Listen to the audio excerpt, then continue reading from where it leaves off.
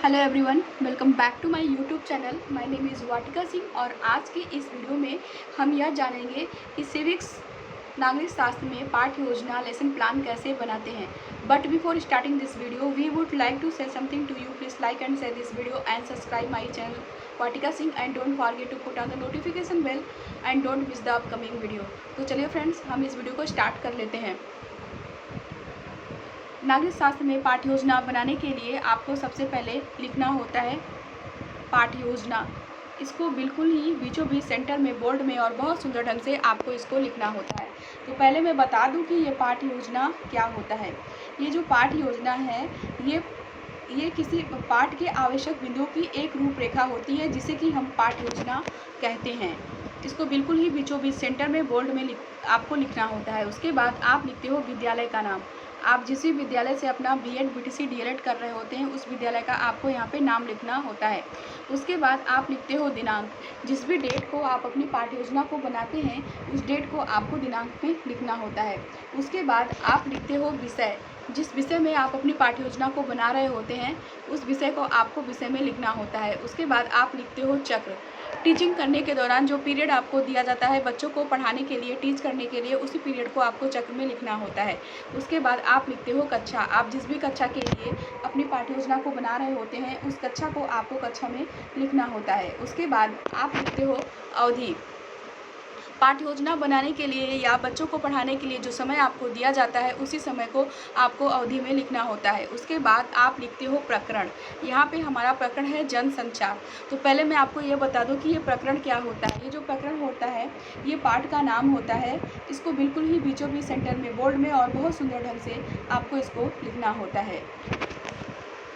उसके बाद आप लिखते हैं सामान्य उद्देश्य। तो पहले मैं बता दूं कि ये सामान्य उद्देश्य क्या होता है। जो पाठ आप बच्चों को पढ़ाने जा रहे नहीं, पहले तो मैं बता दूं कि ये सामान्य उद्देश्य क्या होता है। जो विषय आप बच्चों को पढ़ाने जा रहे हैं उस विषय से बच्चा क्या सीखेगा उसे ही हम सामान्य उद्देश्य कहते हैं और उसे ही हम सामान्य उद्देश्य में लिखते हैं। सामान्य उद्देश्य में आप अपने विषय से रिलेटेड 5, 6, 7, 8 पॉइंट्स आपको लिखने होते हैं। एक इम्पॉर्टेंट जानकारी मैं आपको यहाँ पे यह देना चाहूँगी, जैसे कि आप नागरिक शास्त्र की 20 से 35 पाठ्य योजना बना रहे हैं तो आप अपने नागरिक शास्त्र की 20 से 35 पाठ्य योजना में यही सामान्य उद्देश्य आप बार बार लिख सकते हो। सामान्य उद्देश्य में यहाँ पे हमारा पहला पॉइंट्स है छात्र को नागरिक शास्त्र के विषय में रुचि जागृत करना। दूसरा पॉइंट्स हमारा यहाँ पे है छात्र को जनसंचार के विषय में जानकारी देना। तीसरा पॉइंट्स हमारा यहाँ पे है छात्रों में जनसंचार से संबंधित पत्र पत्रिकाओं को पढ़ने की रुचि जागृत करना। चौथा पॉइंट्स हमारा यहाँ पे है छात्र जनसंचार के नीतियों के विषय में जांच कर सकेंगे। पांचवा पॉइंट्स है छात्रों में जनसंचार के प्रति विधेयात्मक अभिवृत्ति विकसित हो सकेगी। हमारा यहाँ पे छठवां पॉइंट है छात्र अपने नागरिक जीवन के अधिकारों एवं कर्तव्यों का प्रयोग करते समय इस ज्ञान का प्रयोग कर सकेंगे। सातवां पॉइंट्स है छात्र जनसंचार का सही प्रयोग जान सकेंगे। उसके बाद आप लिखते हैं विशिष्ट उद्देश्य। तो पहले मैं यह बता दूं कि ये विशिष्ट उद्देश्य क्या होता है। आप जो पाठ बच्चों को पढ़ाने जा रहे हैं उससे बच्चा क्या सीखेगा उसे ही हम विशिष्ट उद्देश्य कहते हैं और उसे ही हम विशिष्ट उद्देश्य में लिखते हैं। विशिष्ट उद्देश्य हमारे 3 प्रकार के होते हैं। पहला तो होता है ज्ञानात्मक उद्देश्य, दूसरा होता है बोधात्मक उद्देश्य और तीसरा होता है कौशलात्मक उद्देश्य। इन तीनों उद्देश्यों में लगभग आपको मैक्सिमम 2-2 पॉइंट्स तो लिखने ही होते हैं। तो यहाँ पे ज्ञानात्मक उद्देश्य में पहला पॉइंट्स हमारा है छात्र जनसंचार के विषय में ज्ञान प्राप्त कर सकेंगे। हमारा यहाँ पे दूसरा पॉइंट्स है छात्र जनसंचार के विषय में प्रत्याश्रमण कर सकेंगे। बोधात्मक उद्देश्य में हमारा यहाँ पे पहला पॉइंट्स है छात्र जनसंचार व उसके कार्यों की व्याख्या कर सकेंगे। दूसरा पॉइंट्स हमारा यहाँ पे है छात्र जनसंचार का चयन कर सकेंगे। कौशलात्मक उद्देश्य में हमारा यहाँ पे पहला पॉइंट्स है छात्र जनसंचार को चार्ट द्वारा प्रदर्शित करने का कौशल विकसित कर सकेंगे। हमारा यहाँ पे दूसरा पॉइंट्स है छात्र जनसंचार के प्रति अपने भाव व विचार प्रकट करने का कौशल विकसित कर सकेंगे। उसके बाद आप लिखते हैं सहायक सामग्री। तो पहले मैं बता दूं कि यह सहायक सामग्री क्या होती है। ब्लैक बोर्ड में जो भी टॉपिक आप बच्चों को पढ़ा रहे हैं, ब्लैक बोर्ड में जिन सामग्री का यूज करके आप बच्चों को वह टॉपिक एक्सप्लेन करते हैं, क्लियर करते हैं, उसी सामग्री को सहायक सामग्री हम कहते हैं। और सहायक सामग्री के रूप में आप लिख सकते हो चाक, डस्टर, लपेट, श्यामपट्ट, प्रकरण से संबंधित सहायक सामग्री आदि। उसके बाद आप लिखते हैं पूर्व ज्ञान। तो पहले मैं यह बता दूं कि यह पूर्व ज्ञान क्या होता है। यह जो पूर्व ज्ञान होता है यह लगभग सभी का एक समान होता है, बस यहाँ पे क्या होता है कि पाठ का नाम चेंज कर दिया जाता है। पूर्व ज्ञान में आप एक लाइन लिख सकते हैं, छात्र जनसंचार के बारे में सामान्य जानकारी रखते हैं। उसके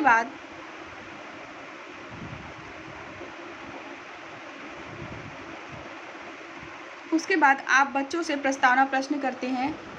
तो पहले मैं बता दूं कि ये प्रस्तावना प्रश्न क्या होता है। ये जो प्रस्तावना प्रश्न होता है ये ये जो प्रस्तावना प्रश्न होता है इसका मतलब यह होता है कि बच्चों को अपने कौशल तक प्रस्तावना प्रश्न का उद्देश्य छात्रों को पढ़ाए जाने वाले प्रकरण तक लाना होता है, जिससे पढ़ाए जाने वाले प्रकरण से संबंधित कुछ छात्रों से प्रश्न पूछे जाते हैं और ताकि छात्रों को स्मरण कराई जा सके, जिसको जानकर छात्र रुचि के साथ प्रकरण की शुरुआत कर सकें। उसके बाद प्रस्तावना प्रश्न करने के लिए छात्रों से प्रस्तावना प्रश्न करने के लिए आप जो है कि 3 कॉलम बनाते हैं। पहला कॉलम तो आप बनाते हैं क्रम संख्या का कॉलम, जिसमें कि आप छात्रों से पूछे जाने वाले क्वेश्चन के क्रम को लिखते हैं। दूसरा कॉलम जो है कि आप बनाते हैं छात्राध्यापक क्रियाओं कॉलम, जिसमें कि आप छात्रों से प्रश्न पूछते हैं। तीसरा और लास्ट कॉलम जो है कि आप बनाते हैं छात्र छात्रा अनुक्रिया का कॉलम। इस कॉलम में छात्र आपके पूछे जाने वाले क्वेश्चन के आंसर को देते हैं। तो यहाँ पे हमारा पहला क्वेश्चन छात्रों से है, यह क्या है समाचार पत्र दिखाते हुए। समाचार पत्र दिखाते हुए आप बच्चों से क्वेश्चन पूछते हैं, यह क्या है समाचार पत्र दिखाते हुए। तो छात्र आंसर देते हैं समाचार पत्र। दूसरा क्वेश्चन हमारा यहाँ पे छात्रों से है, समाचार पत्रों से हमें क्या प्राप्त होता है। तो छात्र आंसर देते हैं समाचार पत्रों से हमें खबरें जानकारी प्राप्त होती हैं। तीसरा क्वेश्चन हमारा यहाँ पे छात्रों से है, खबरें हमें जिन साधनों से प्राप्त होती हैं उन्हें क्या कहते हैं। तो छात्र आंसर देते हैं खबरें हमें जिन साधनों से प्राप्त होती हैं उन्हें जनसंचार साधन कहते हैं। हमारा यहाँ पे चौथा क्वेश्चन छात्रों से है, जनसंचार से आप क्या समझते हैं। तो छात्र आंसर देते हैं समस्यात्मक प्रश्न। इसका मतलब है कि चौथे क्वेश्चन का आंसर छात्रों को नहीं पता है। उसके बाद आप लिखते हैं उद्देश्य कथन। उद्देश्य कथन में आप लिख सकते हो, आज हम जनसंचार के बारे में अध्ययन करेंगे। उसके बाद आप लिखते हैं प्रस्तुतिकरण। प्रस्तुतिकरण में आप लिख सकते हैं, अध्ययन अध्यापन की सुविधा की दृष्टि से पाठ को 2 पार्ट्स में डिवाइड किया जाता है। उसके बाद आप व्याख्या करते हैं, जिसके लिए 4 कॉलम आप बनाएंगे। पहला कॉलम तो आप बनाते हैं शिक्षण बिंदु का कॉलम। इस कॉलम में आप व्याख्या करने वाले टॉपिक का नाम लिखते हैं। दूसरा कॉलम जो है कि आप बनाते हैं छात्राध्यापक क्रियाओं कॉलम। इस कॉलम में आप व्याख्या करते हैं। तीसरा कॉलम जो है कि आप बनाते हैं छात्र छात्रा अनुक्रिया का कॉलम। इस कॉलम में आप लिखते हैं छात्र ध्यानपूर्वक व्याख्या को सुनेंगे। चौथा और लास्ट कॉलम जो है कि आप बनाते हैं श्यामपट्ट कार्य के कॉलम। इस कॉलम में आप व्याख्या करने के बाद मुख्य पॉइंट्स को लिखेंगे। तो अब हम व्याख्या कर लेते हैं। जनसंचार मास कम्युनिकेशन से तात्पर्य उन सभी साधनों के अध्ययन एवं विश्लेषण से है जो एक साथ बहुत बड़ी जनसंख्या के साथ संचार से संबंध स्थापित करने में सहायक होते हैं। प्रायः इसका अर्थ सम्मिलित रूप से समाचार पत्र, पत्रिकाएं, रेडियो, दूरदर्शन, चलचित्र से लिया जाता है, जो समाचार एवं विज्ञापन दोनों के प्रसारण के लिए प्रयुक्त होते हैं। जनसंचार माध्यम में संचार शब्द की उत्पत्ति संस्कृत के चर धातु से हुई है, जिसका अर्थ है चलना। जनसंचार शब्द अंग्रेजी भाषा के मास कम्युनिकेशन का हिंदी पर्यायवाची है। इसका अभिप्राय बहुत मात्रा में बिखरे लोगों तक संचार माध्यम से संदेश पहुंचाना है। जनसंचार के माध्यम रेडियो, सिनेमा, समाचार पत्र, किताबें आदि हैं। व्याख्या करने के बाद आप छात्रों से बोधात्मक प्रश्न करते हैं, जिसके लिए 3 कॉलम आप बनाएंगे। पहला कॉलम तो आप बनाते हैं बोधात्मक प्रश्न का कॉलम। दूसरा कॉलम जो है कि आप बनाते हैं छात्राध्यापक क्रियाओं का कॉलम। इस कॉलम में आप व्याख्या करते इस कॉलम में आप छात्रों से प्रश्न पूछते हैं। तीसरा और लास्ट कॉलम जो है कि आप बनाते हैं छात्र छात्रा अनुक्रिया का कॉलम। इस कॉलम में छात्र आपके पूछे जाने वाले क्वेश्चन के आंसर को देते हैं। तो यहाँ पे पहला क्वेश्चन हमारा छात्रों से है, जनसंचार माध्यम में संचार शब्द की उत्पत्ति किस धातु से हुई है? तो छात्र आंसर देते हैं जनसंचार माध्यम में संचार शब्द की उत्पत्ति संस्कृत के चर धातु से हुई है।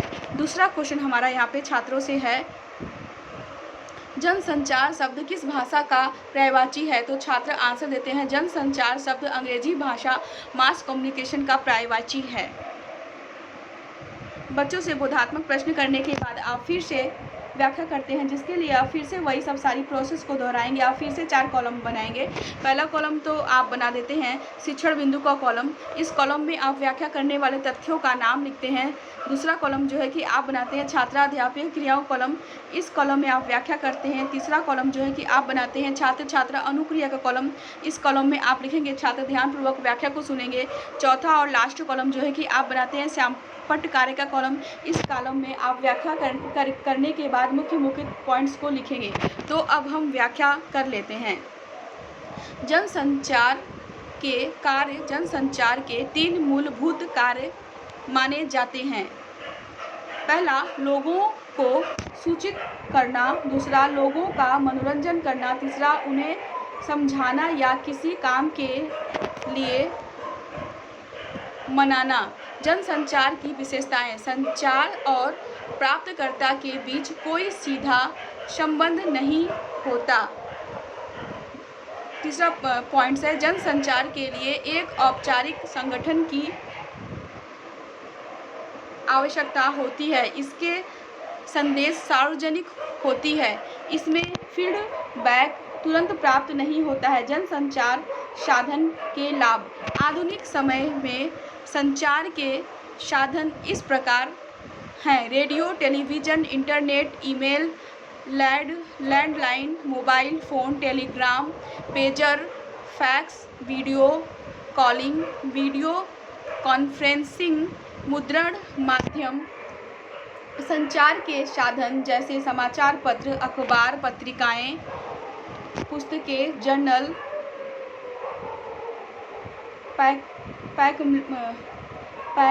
पैम्पलेट, यह हमारे दैनिक जीवन में शामिल हो गया है।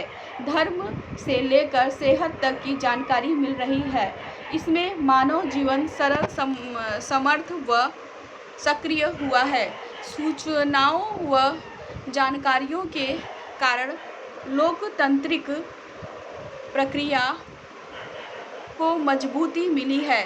सरकारी कामकाज पर निगरानी बढ़ी है। जनसंचार साधन की हानियाँ, संचार के साधन से हानि तब होती है जब हम इसका गलत उपयोग करते हैं। बहुत सारा समय टेलीविज़न में व्यस्त कर देते हैं। पूरा दिन फ़ोन में लगे रहते हैं। संचार के साधनों का गलत उपयोग करते हैं। सब हमारे ऊपर निर्भर करता है कि हम साधनों को कैसे प्रयोग करते हैं। व्याख्या करने के बाद आप छात्रों से बोधात्मक प्रश्न करते हैं, जिसके लिए आप 3 कॉलम बनाएंगे। पहला कॉलम तो आप बनाते हैं बोधात्मक प्रश्न का कॉलम। दूसरा कॉलम जो है कि आप बनाते हैं छात्राध्यापक क्रियाओं कॉलम। तीसरा कॉलम जो है कि आप बनाते हैं छात्र छात्रा अनुक्रिया का कॉलम। बोधात्मक प्रश्न के कॉलम में आप छात्रों से पूछे जाने वाले क्वेश्चन के क्रम को लिखते हैं। छात्राध्यापक क्रियाओं कॉलम में आप छात्रों से प्रश्न पूछते हैं। छात्रा अनुक्रिया के कॉलम में छात्र आपके पूछे जाने वाले क्वेश्चन के आंसर को देते हैं। तो यहाँ पे पहला क्वेश्चन हमारा छात्रों से है, जनसंचार के मूलभूत कितने कार्य होते हैं? तो छात्र आंसर देते हैं जनसंचार के मूलभूत 3 कार्य होते हैं। दूसरा क्वेश्चन हमारा यहाँ पे छात्रों से है, जनसंचार के तीनों कार्यों को बताइए। तो छात्र आंसर देते हैं जनसंचार के कार्य लोगों को सूचित करना पहला, दूसरा लोगों का मनोरंजन करना, तीसरा उन्हें समझाना या किसी काम के लिए मनाना। उसके बाद आप छात्रों को गृहकार्य देते हैं। गृहकार्य के रूप में आप छात्रों को दे सकते हैं, बच्चों आप सब जनसंचार क्या होता है और जनसंचार के कार्यों के बारे में पढ़कर आइएगा। इस प्रकार से आप नागरिक शास्त्र सिविक्स में आसानी से इजी ढंग से अपना लेसन प्लान पाठ्य योजना बना सकते हैं। अगर आप हमारे चैनल पे नए हैं तो आप हमारे चैनल को सब्सक्राइब कर लीजिए, साथ ही साथ बेल आइकन को भी प्रेस कर लीजिए ताकि मैं जब नया वीडियो अपलोड करूं तो उसकी नोटिफिकेशन अपडेट आपको मिल जाए, जिससे कि आप आने वाले हमारे न्यू वीडियो को मिस नहीं कर पाएंगे। तो फ्रेंड्स, अगर आपको पाठ्य योजना बनाने में कोई भी दिक्कत या कोई भी परेशानी होती है, आपको बिल्कुल ही पाठ्य योजना बनाने नहीं आता है, तो आप हमारे वीडियो को स्क्रिप्ट बिल्कुल मत करिए, स्टार्टिंग से एंड तक हमारे वीडियो को देखिए। मैं आशा करती हूँ कि आपको पाठ्य योजना बनाने आ जाएगा। आप खुद से किसी भी सब्जेक्ट में आसानी से और ईजी ढंग से पाठ्य योजना अपनी बना सकते हैं। क्योंकि जब मैं बीएड कर रही थी तो उसमें मुझे भी बहुत दिक्कतों का सामना करना पड़ा। मुझे समझ में नहीं आता था कि पाठ्य योजना कैसे बनाएंगे, क्या होगा। अब फिर मैंने बहुत गहन अध्ययन किया, जिसके बाद से मुझको हर सब्जेक्ट में मैं आसानी से और इजी ढंग से आसानी से पाठ्य योजना बना सकती हूँ। Thank you for watching this video. मैं फिर से मिलती हूँ अपने नेक्स्ट वीडियो में। Thank you for watching video and subscribe my channel.